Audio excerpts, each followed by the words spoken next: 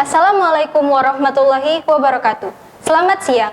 Kembali lagi bersama saya Widya Sania yang akan menemani Anda untuk edisi hari ini, Selasa di Palpos Channel.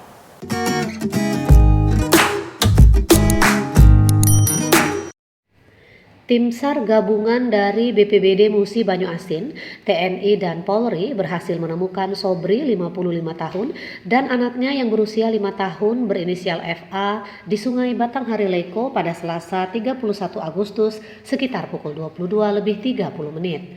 Sebelumnya, dua beranak ini dikabarkan hilang saat memasang perangkap ikan di Sungai Batanghari Leko sekitar pukul 12 waktu Indonesia Barat.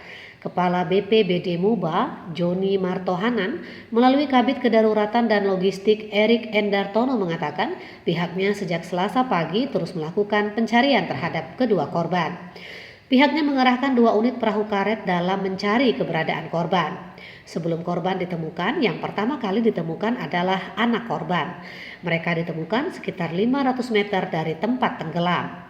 Seperti diketahui, bapak dan anak ini sekitar pukul 12 memasang rawai atau tajur penangkap ikan di Sungai Musi. Sekitar pukul 13 waktu Indonesia Barat, warga mendapat informasi adanya warga yang hilang di sungai tersebut. Atas laporan warga, tim SAR BPBD Musi Banyuasin dibantu TNI dan Polri langsung melakukan pencarian di sungai hingga akhirnya berhasil ditemukan dalam kondisi meninggal dunia. Jasad kedua korban sudah dikebumikan di pemakaman desa setempat. Romi Rifano melaporkan dari Kabupaten Musi Banyuasin untuk Anda.